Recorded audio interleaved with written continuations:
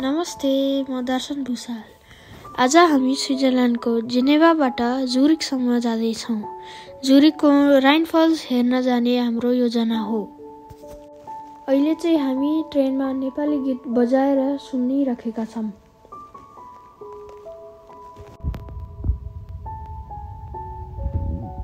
बाहिरको दृश्य पनि एकदम राम्रो देखिएको छ। हजुरहरूले पनि हेर्न सक्नुहुन्छ।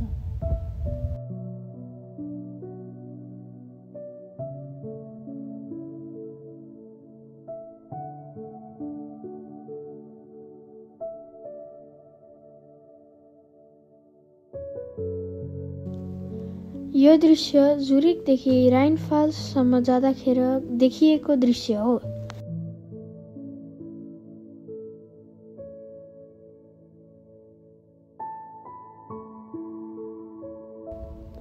अब चाहिँ हामी न्युहाउजन भन्ने स्टपमा झरेर राइन फल्स हेर्न जाँदैछौँ। बस भिन्न प्रकारको छ। यसमा काठहरूको सिट छन्, जसले गर्दा मलाई लाग्छ कि यो टुरिस्टहरू आउने स्थल भएर यसलाई छुट्टै गराइएको हो। बसमा पनि छुट्टै आनन्द भइरहेको छ र हामी एक्साइटेड पनि छौँ।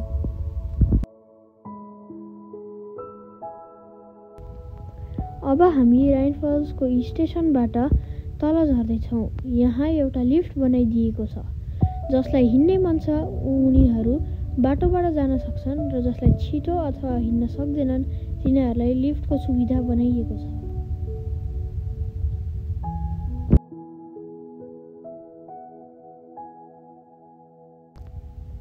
यो बाटोमा चाहिँ लिफ्टबाट झरेर हामी हिँड्नु परेको थियो र यहाँ हिँड्ने मान्छेहरू पनि यहीँ भेट हुन्छन्। अब हामी राइन फल्सको दृश्य देख्ने ठाउँमा आइसक्यौँ। तपाईहरू पनि देख्नुहोस्।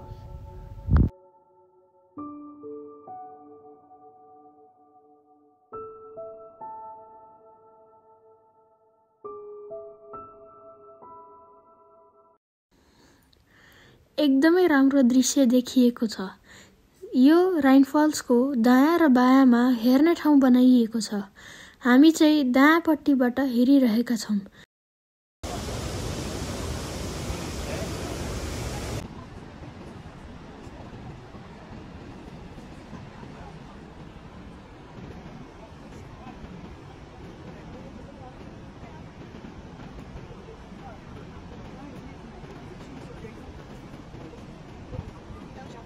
यो राइन फल्सको दायाँपट्टिबाट देखिने दृश्य हो।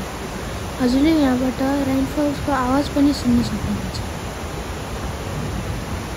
यो वाटरफलको जोरदार आवाज आइरहेको सुन्न सक्नुहुन्छ।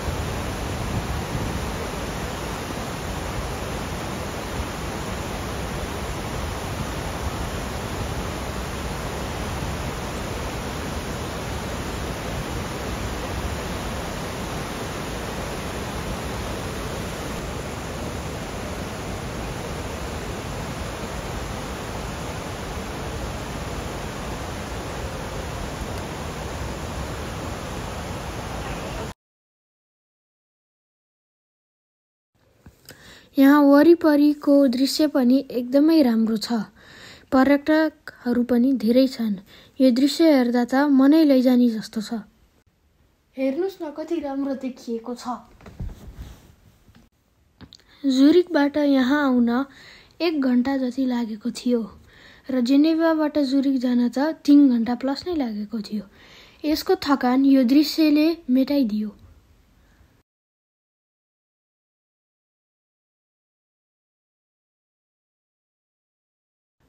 यो दृश्य स्विजरल्यान्डको सबैभन्दा राम्रो दृश्यमध्ये एक हो।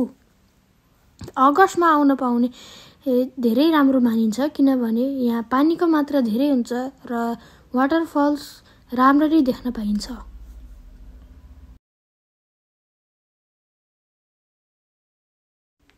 हामी चाहिँ लक्कीले अगस्त महिनामा आएको भएर यो राम्रो दृश्य देख्न पायौँ। हेर्नुस् न घाम पनि लागिरहेको छ, कति राम्रो देखिन्छ।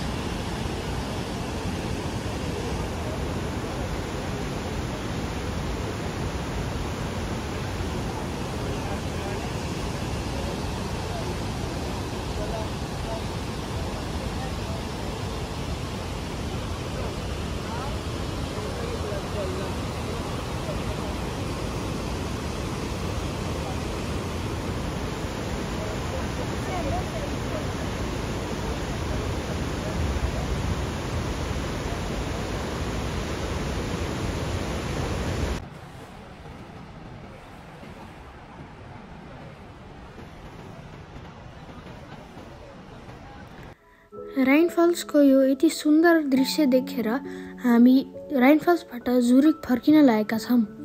यो ट्रेनबाट देखिएको दृश्य हो, असाध्यै मनमोहक छ। हेर्नुस् त, छैन र?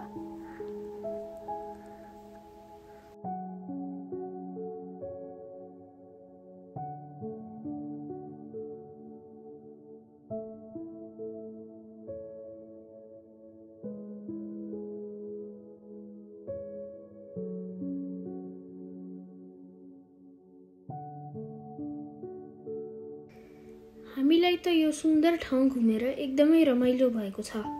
यसपछि हामी घुमेको भिडियो अर्को टाइम राखौँला। त्यतिखेरसम्म have a good time, by by and stay safe. Thank you.